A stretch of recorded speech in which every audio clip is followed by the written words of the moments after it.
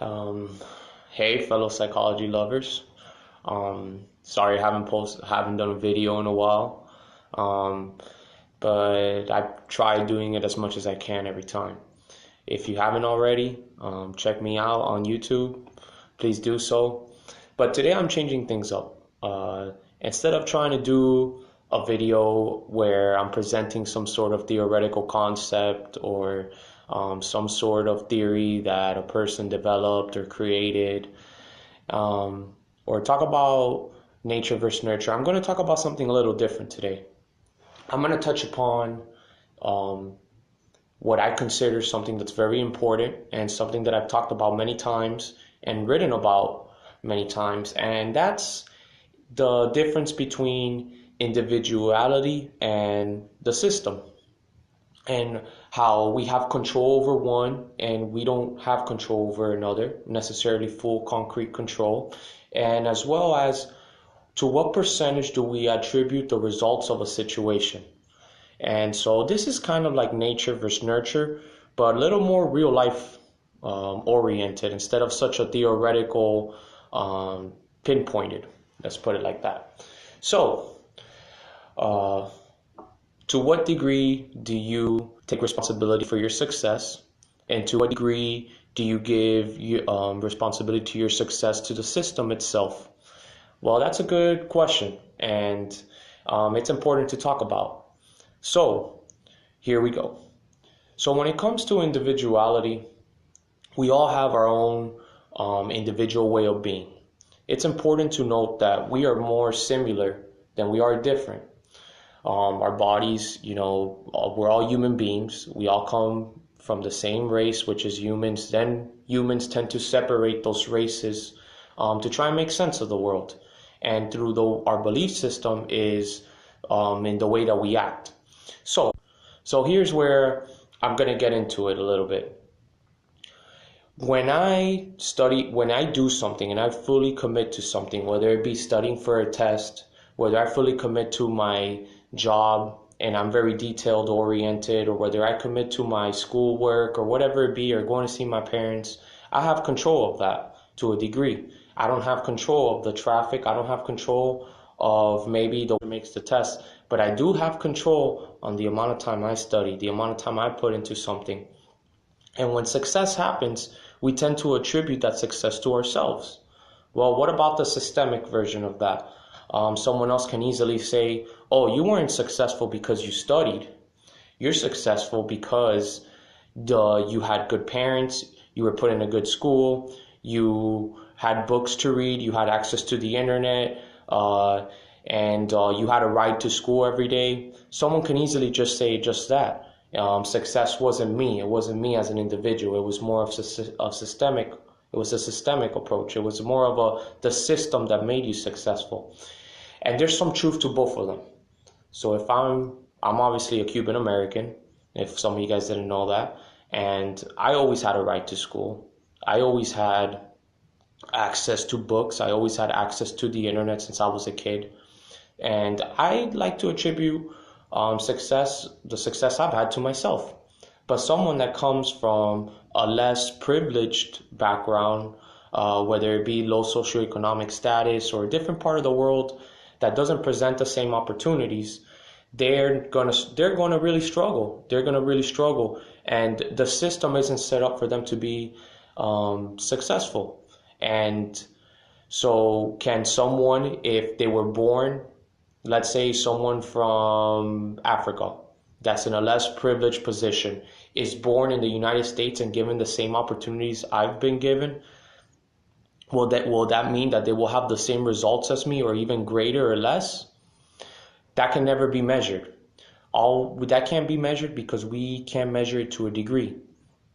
I don't know if I bring someone from a lower socioeconomic status or a less or more or underprivileged section of the world, if I bring them over here and they have the same opportunities I had, I can't guarantee you that they're going to be as successful. And when I mean successful, I mean financially, educationally, whatever you deem success. And it's good to have operational definitions, but For the sake of this video, I'm not going to define any of those because I know very well that what I define as success and happiness isn't the same as what you're going to define it.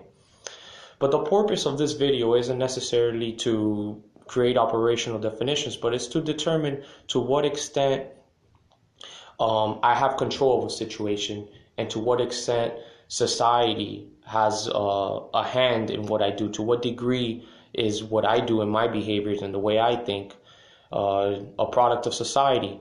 And it's a mixture of both. But I will say this. When I started grad school about 3 years ago, I was a very existentialist type of mind. I thought I had personal responsibility to be who I was, and I still do. I thought I had complete control of every situation. As I've gone through grad school, I've realized that some things are out of my control. I can't really always control the situation. I can do what I can, but there's some things I can't. If I'm on my way to class and there's traffic, that's a systemic issue. That's not necessarily something that I could have controlled. What could I have done to have done better so I wouldn't have been stuck in traffic? Maybe left the house earlier or whatnot. Yes, I can control that, but I can't control the systemic issues involved.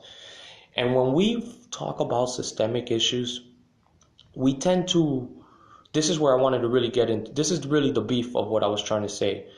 When we talk about the systemic approach or viewing the results as a product of many variables instead of focusing on one person or what one person can do, then we're putting blame on the system and not taking personal responsibility. And that's why I made this video.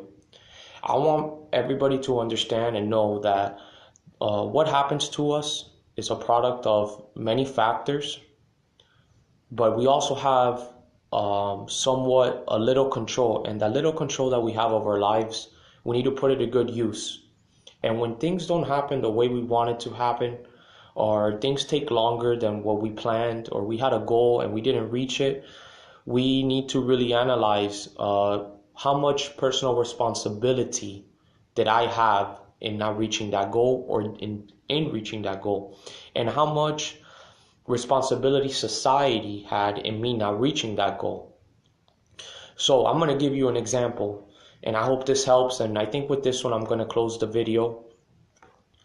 Here in the United States, there's police officers, and there's a lot of controversy over the police officers over the last few years.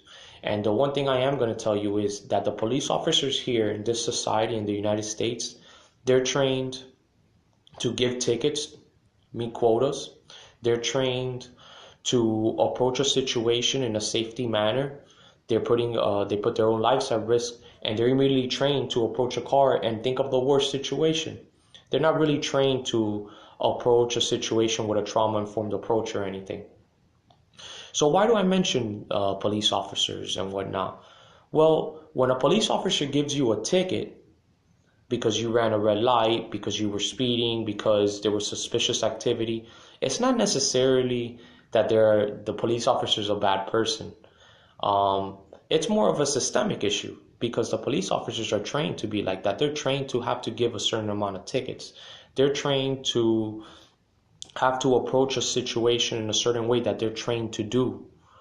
The fact that they have to give a certain amount of tickets changes their whole approach on the way they're going to approach a vehicle or approach a situation. They look at what's wrong here so I can give a ticket instead of saying what's wrong here so I can help.